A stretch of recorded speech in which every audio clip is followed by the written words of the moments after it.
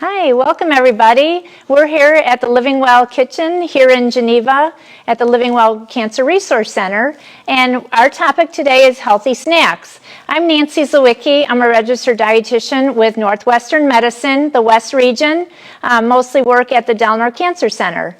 And I'm Mary Zupke. I work at the Delnor Cancer Center as well. I'm also a registered dietitian with Northwestern and LivingWell. Happy to be here. Yeah, so good nutrition is important for good health.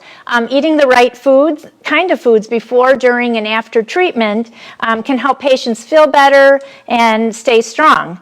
A healthy diet includes eating fresh fruits and vegetables, but getting the protein, vitamins, minerals, carbohydrates, and fats that you need for everyday living.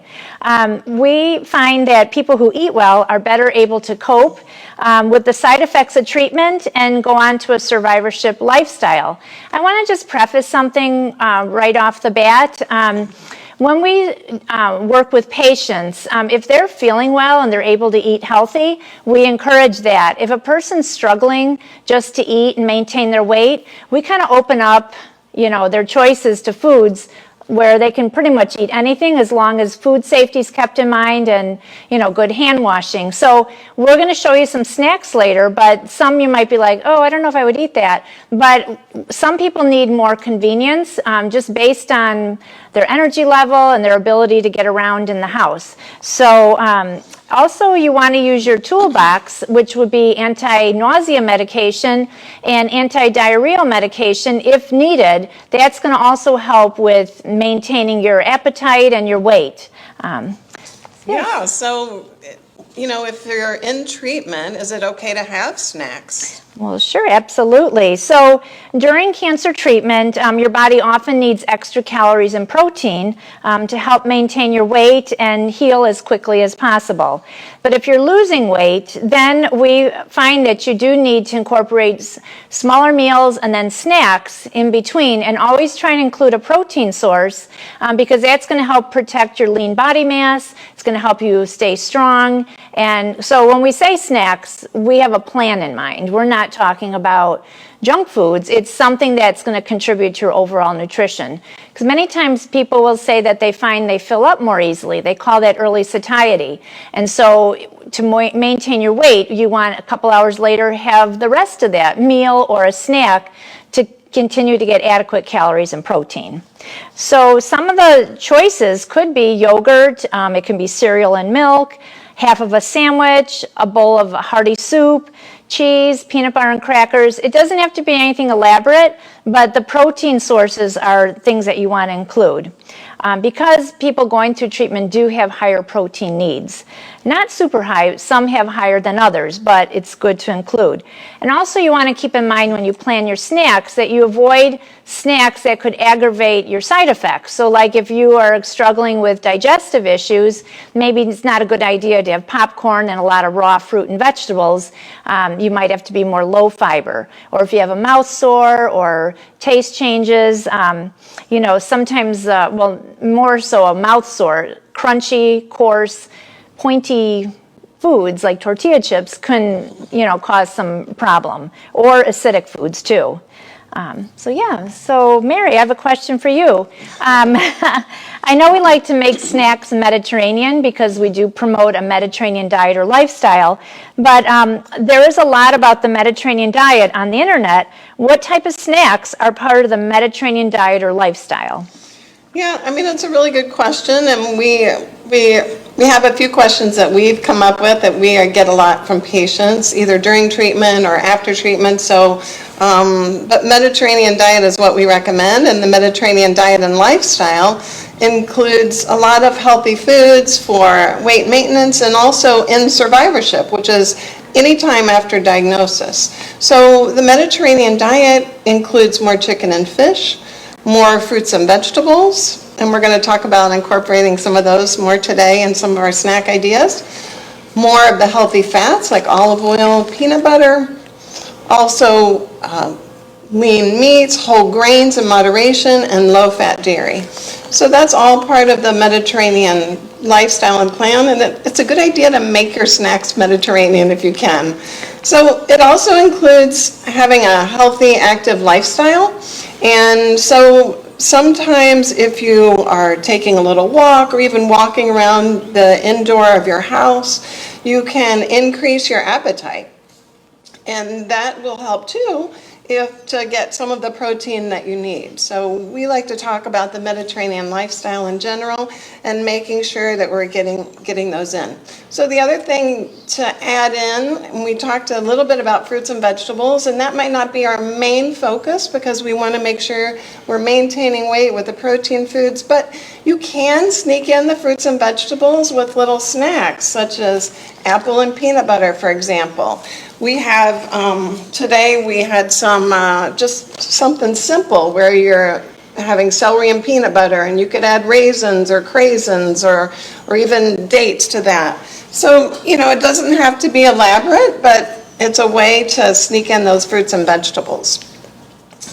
So, Nancy, for busy people, what can they do with their snacks, and what are some ideas for quick, simple, and you talked about convenience. Right. We focus on cooking if possible. However, convenience is sometimes all we have, right? Yeah, and sometimes we meet patients who live alone, and they're doing this on their own, and that can be very challenging. If a person's fatigued and they just have a hard time getting around, we kind of pursued in the grocery store some little examples of things you can purchase. Now, they are more expensive, so maybe you'll get some ideas, but then you can kind of think, well, I could buy a big container of cottage cheese, and then, so for example, this was a little convenience item. It's cottage cheese with pineapple on top. Well, it's a little pricey, so you might want to get, and I would say do a whole milk cottage cheese because you're going to get more calories that way. So if you're unintentionally losing weight and you need more calories, fat is a sneaky way to get more calories. So we would say look for whole milk dairy products, but you can do any fruit with this. I like cottage cheese too because it's a very high protein dairy food. Yeah. Yogurt is great. I really like Siggy's yogurt. It's high protein, it's low sugar. You want to like sample different yogurts to find the one that you like best because it's all individual. But this one I like. This one's a black cherry one. You stir it up, it's nice and smooth, but it's got 15 grams of protein in this little container. So I just thought, you can just make your own little, kind of like a mini parfait, just some sliced up fruit with the yogurt on top. Nothing fancy. You can keep oatmeal on hand and you can doctor it up yourself at home. But if you're like, that's too much for me to be scrambling in the pantry getting the ingredients, they do sell some of these little individual ones. So that was just to show you the convenience. I love the idea of adding peanut butter to those because that'll give you some extra protein as well. And a lot of people don't think about peanut butter in their oatmeal, but it's delicious. Yeah.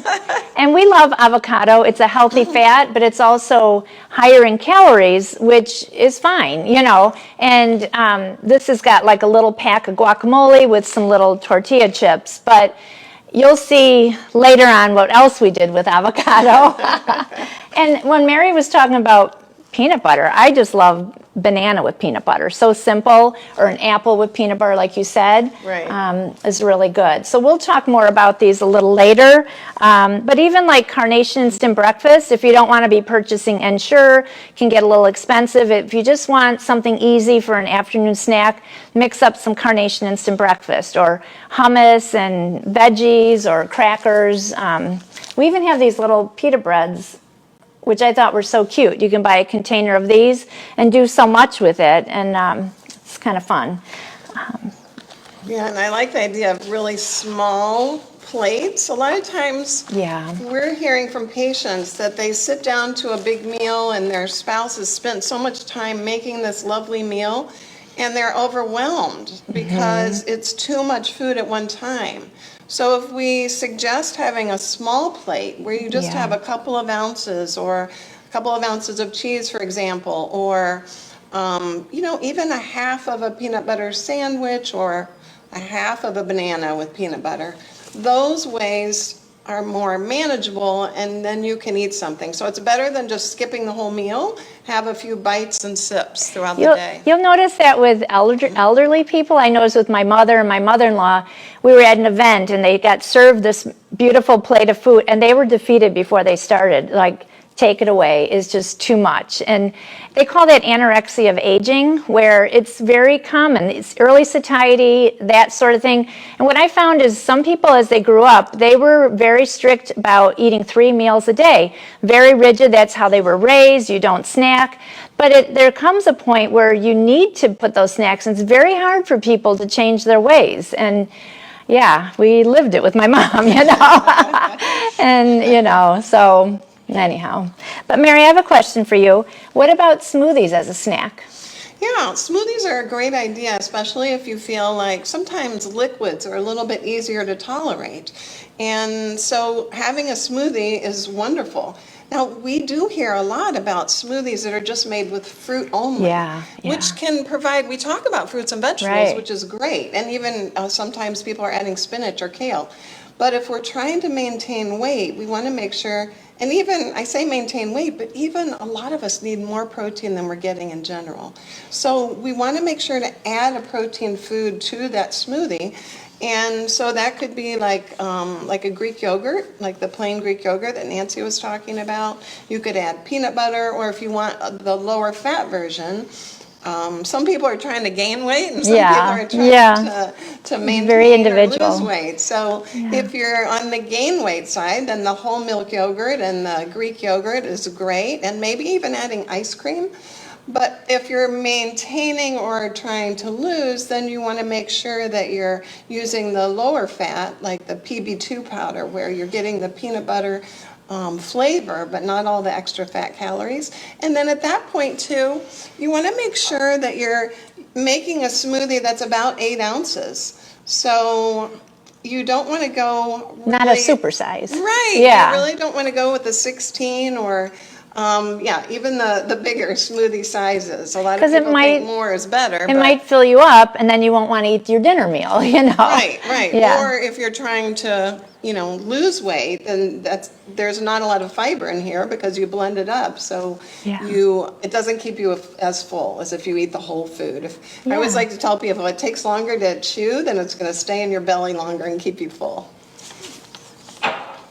So, Nancy, that kind of leads us into protein shakes. What are some good protein shake options? Well, I would just want to say too is when you're going through treatment, if you're doing well with eating, you're finding enough food sources, just stick with that.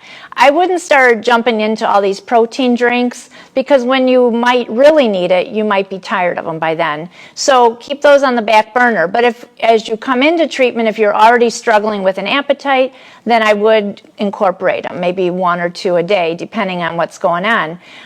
You can start with Carnation Instant Breakfast if you want and see how that goes. But there's so many products on the market, the Ensure, the Muscle Milk, just a whole line of them. And, if you're at the Cancer Center, we keep samples there. So you could always ask for some to try before you go and buy a bunch of them. I really like the Undri soup.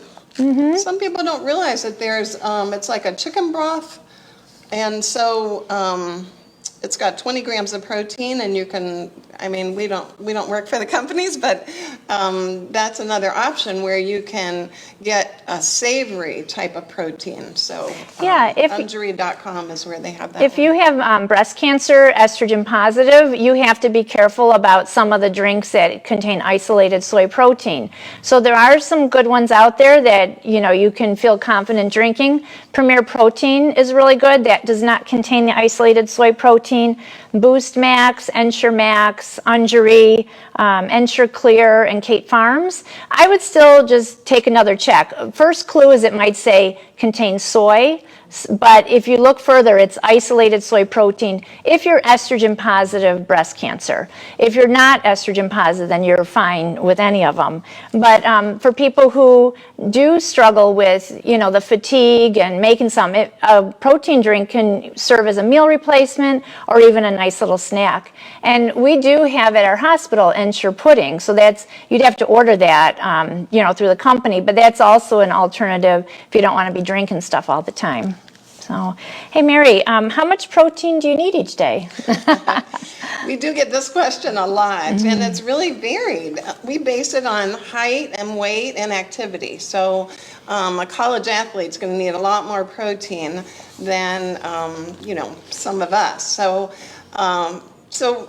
just for an example, a man that's, say in his 50s, about a 5'11", he would need about, say, 80 to 90 grams per day. And a lot of people are like, whoa, that seems like a lot, right? What does that mean exactly? Well, the palm of my hand, about 3 ounces of chicken, would give you about 24 to 28 grams of protein. You can only absorb about 25 to 30 every several hours. So it's important to kind of keep that in mind. If you're having too much, you're going to just excrete it out. But if you're not getting enough, and you're not spreading it out throughout the day, then you're not going to be able to absorb it. So that's why we really are having this snack conversation, is to make sure that you're spreading it out. There's some new studies also that are showing over age 65, a lot of us need a lot more protein than we thought. So, yeah. Yeah, so I think when Mary gave that figure, would you say 80, 90, or 90? Right. It sounds like a lot. Like, how am I going to attain that in one day? I would say get like a little spiral notebook, whatever, and just kind of write down what your breakfast, your snack, your lunch, your snack, your dinner, snack, and kind of plug in those amounts so you can see what a day looks like to achieve that amount. Yeah, or even MyFitnessPal where you're tracking on apps, that's a great way to do it too, and it calculates how much protein you're getting. So that's a good idea to kind of check and see. Some of the granola bars, for example, may only have 1 or 2 grams of protein, whereas you probably want to at least have 5 or 10 in order to get the protein benefits of that kind of little snack. But we don't want it to be a tedious task. We want you just to get some perspective on how to attain it one day. And then we still want you to enjoy food and, not have to worry too much. So Mary, what about dairy alternatives? Do they provide nutrients needed for good health? Or bone health? Yeah, it's definitely a question we get a lot, and a lot of people are taking oat milk now, or almond milk, or dairy alternatives, and they do provide calcium and a lot of times vitamin D, depending on which product you're getting and which product line, which is good for bone health. However, they're usually low in protein. So cow's milk has about 8 grams of protein per 8 ounces, whereas almond milk may have 1 or 2, and oat milk may have 0 to 1. Soy milk is a good alternative because it usually has about 7 grams per cup, which is awesome. And soy milk is okay for estrogen receptor positive breast cancer. So, so those are some things to keep in mind. You may still be helping your bones, but are you getting the protein? So, it's just a good thing to know. They're still fine, and if you want to go more plant-based, that's great. So just know that maybe you're going to add some different kind of protein powder to it. Maybe that would be a great time to add your PB2, just to make sure you're getting that protein. Maybe explain what PB2 is for, it's an abbreviation. It's a peanut butter powder, as I kind of mentioned, and it just has, doesn't have the fat component, but it does have the protein component. So it's kind of like a whey powder that comes from milk, or this one comes from peanut butter. And then there are also some vegan, it's a great question, there are also some vegan alternatives that are made with pea protein, like an Orgain powder. Those are all good as well. Where do you find them in the grocery store? Along with the peanut butter or somewhere else? Yeah, a lot of times it's right in the peanut butter section. Yeah. Good. Okay. So we didn't talk about lactate milk, but that's another great alternative, and that's good for those that may have lactose intolerance. So I really like eggs. Yeah. What about eggs, Nancy? Yeah. Are those a good snack? They are. You know, if you're not feeling so great from treatment and you're like, what am I going to have? Just sometimes a simple egg and piece of toast is real comforting. You can kind of compare it to someone coming off getting better from the flu, you know, where you're just real tentative about eating. That's always a good thing. And they're easy and well, they used to be inexpensive. But just, you know, hard boiling some eggs. You can keep them in the refrigerator for 3 days if you're going through treatment. We don't want leftovers for more than 3 days. But they're easy. You can just keep them. And you can buy them peeled too now. Yeah, you can keep them in the shell and then just crack them, and you can cut them up and make like an egg salad. So I can tell her now, right? We have a little recipe we did. It's we took an avocado, removed the pit, like cut it in half, and scooped out a lot of the avocado, and then made like a tuna salad. And we didn't have any mayonnaise, so I used some hummus. I had one of these little packets, and then I added the avocado that I scooped out and added celery and a little pepper and just turned it into stuffed. I'll just pick it up. Here, I take these. Well, here, sure. Thanks. So I just wanted to show you, I'll hold it up. This is the avocado that's been stuffed I think that with looks tuna delicious. salad. Yeah. Yeah, and we just put a little paprika. The original recipe said a little sriracha, and that might be too much for people. And then while we're on the subject, I also made some avocado toast. So I used a whole grain toast with the mashed avocado, some tomatoes, some greens of your choice. And then I used over easy egg, but I made the yolk solid because people going through treatment don't want to have a runny yolk because of risk of salmonella. And then if you want to keep like egg substitute on hand, that's already pasteurized, so you don't have to worry about the raw yolk. But you can make your own scrambled eggs with eggs. You just have to cook them through, and if you want to add more protein, you can add cheese to it. But eggs are so versatile. You can make a frittata for dinner, a quiche. Quiche are easy, and I don't make the crust. I just keep the pre-made crust. Some of the stores have it with no trans fat, but I just heat up my crust, make the egg mixture, put cheese, spinach, sometimes corn, whatever, zucchini, whatever's in season, and that is really nice. I like an egg the tuna muffin. salad idea. A lot of times it's really easy to swallow too, which is really great. So provides a lot of good calories and protein. And we haven't talked as much about the anti-inflammatory foods, but it's part of the Mediterranean diet, sneaking in more fish. Yeah, so let me see where we're at. Which is kind of going right into the plant-based. Right. Yeah. You mentioned plant-based snacks earlier. Do you have any idea for those, Mary? Yeah, so a lot of times if you're vegan or vegetarian, you're looking for different kinds of snacks.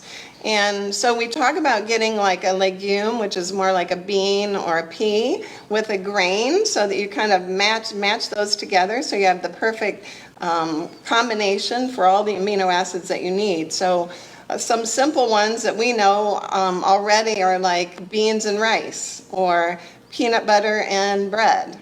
Pesto is another good one because you've got the nuts in the pesto and then you've got the grain and the pasta.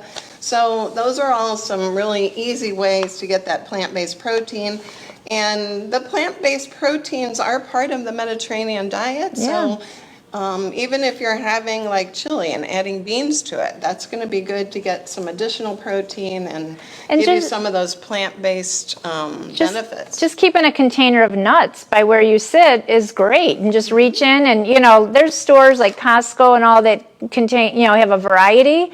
Get your favorites, and you can just snack on those.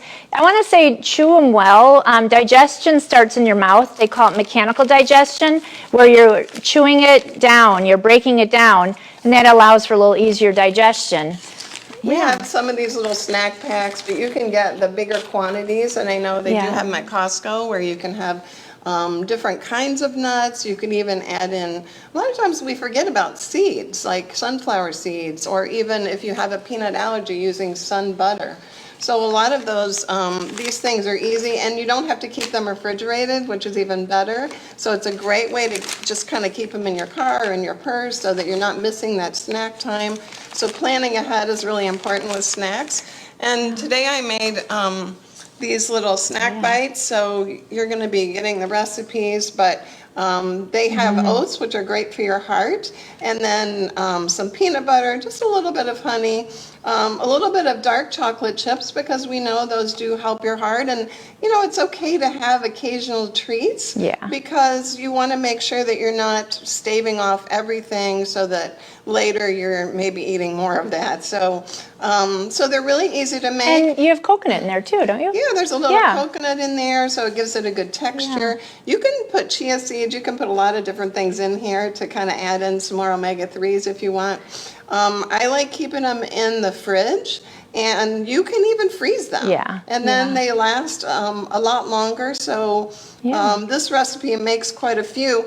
The thing too that I love about these is that when you eat one, they really keep you full. So it's they're like a dessert, really. It's kind of like a dessert, but with the protein in there, it really keeps you full. So This is another little snack, but look at it's just chunks of cheese and some dried fruit and nuts. Like it gives you an idea you can do this at home. Just even make up little packages or whatever. But we just wanted to give you ideas what's out there. And here's something too with peanut butter with sliced apple, but you can easily just have a whole apple, slice it, and add the peanut butter. I like these little cheeses too. These are little baby bells, they call them. But when you see something like this, you can really you can say, well, that's only a couple bites. I can probably tackle that, right? And then, you don't want to have cheese for every single snack because we want to keep your heart healthy. But occasionally, that's going to be easy to digest and help you out. And then here's some almonds. They're part of the anti-inflammatory recommendation. Walnuts are really good for you. With nuts, you don't want to be eating the raw nuts. They have to be roasted. And just that's from a food safety standpoint. So if you do have raw nuts, you should toast them and then just in the future get roasted. Would be good. Oops. Okay. So you talked a little bit about adding like meat, poultry, or fish to snacks, but do you have any other ideas? Let's see. Well, you mainly talked about the tuna already, which is nice. And we did talk about like making sure we're getting little bites throughout the day. So that's important too.